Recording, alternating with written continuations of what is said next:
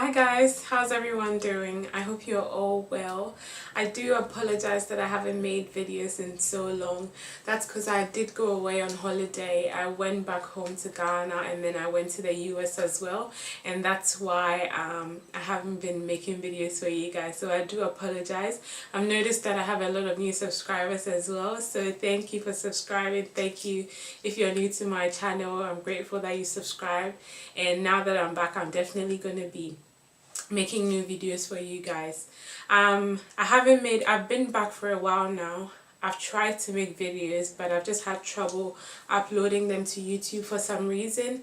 I'm not sure what's going on there. I guess I'm not really used to my Mac computer. I used to use just a regular Windows laptop, and that was so much easier. And now that I have a Mac, every time that I record, I've got to convert it to a different format, and I've got to do like 1,001 things, and it's just not really working out for me. So the first video that I recorded, in the end the quality wasn't the best after I converted it to a suitable format that was compatible to Mac. So that's why I did not end up uploading that video. But yeah, I'm back again, and hopefully this time everything works out well.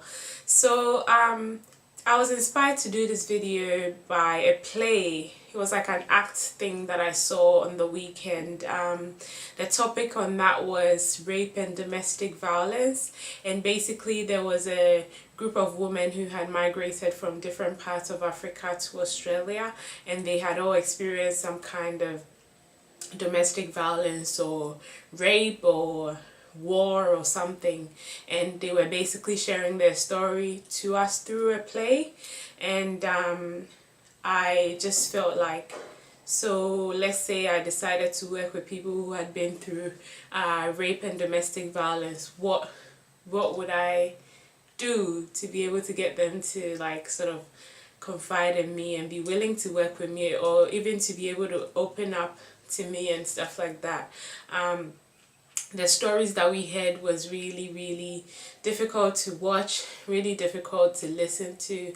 It got quite emotional and stuff, and that's why I got inspired to do this video. So I've just been asking myself, if I had to work with such a group of women, what can I do to sort of get them to confide in me and believe that I'm here to help them, and I'm here to do my best to sort of help them in their journey to recovery and stuff like that.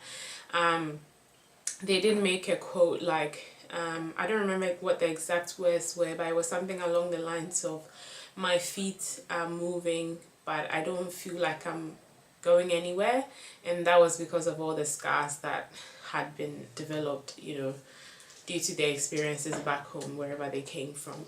So the only thing that I could think about was actually being really empathic and being really a good listener. I think those things can take you a long way, and no matter what experiences people have had, being able to use these skills in working with them would probably be the best way to get them to open up to you.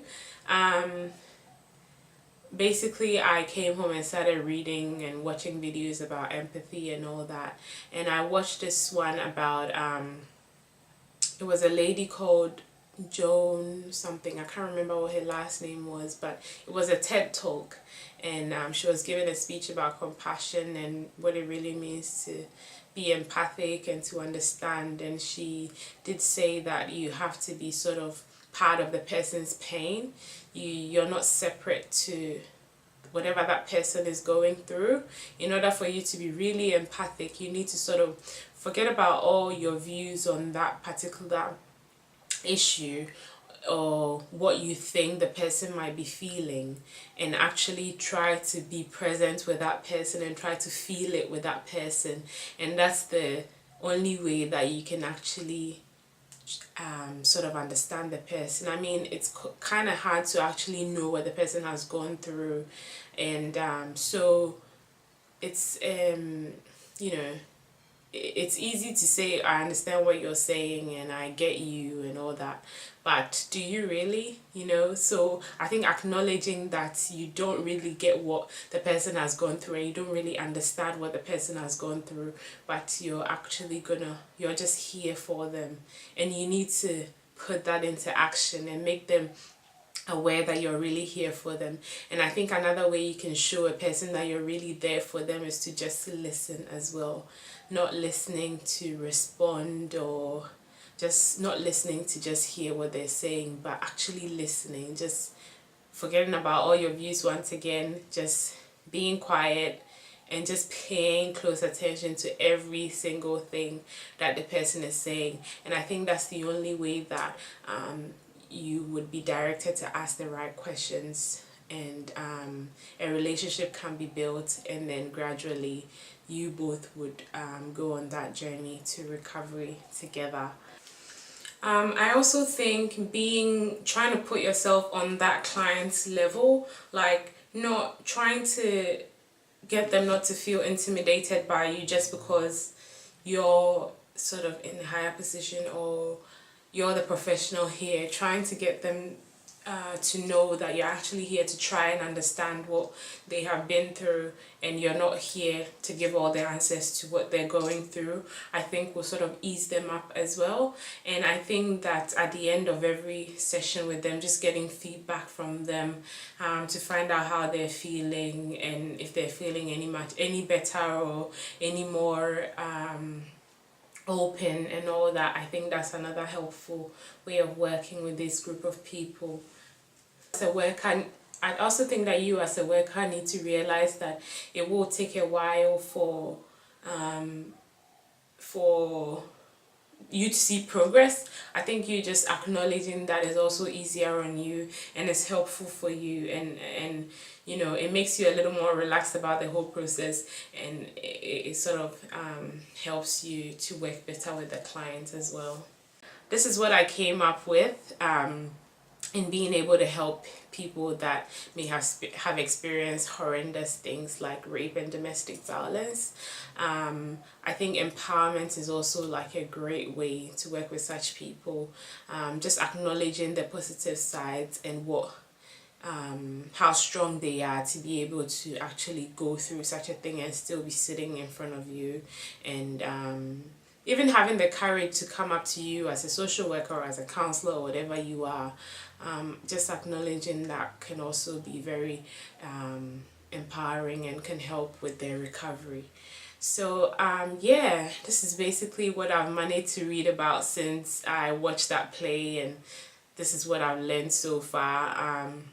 I'm actually wanting to get into domestic violence soon, so that's actually where I've always wanted to be honest, but I just wanted to go around to different areas and see what they were like before I actually got into that. So I'm looking into getting into domestic violence now. So yeah, if anyone has had any experiences with working with people, victims of domestic violence, or if anybody has actually experienced domestic violence and can share with me what they thought would have been the best way to work with them, or what techniques they have used as counselors or social workers in domestic violence or rape or difficult sectors like that, please share with me, because I'm really wanting to educate myself in this sector, and I hope my 2 cents was helpful to you guys as well. And if you haven't subscribed already, please rate, comment and subscribe, and I'm grateful that you watched this video, and I guess I'll see you in my next one. Bye guys.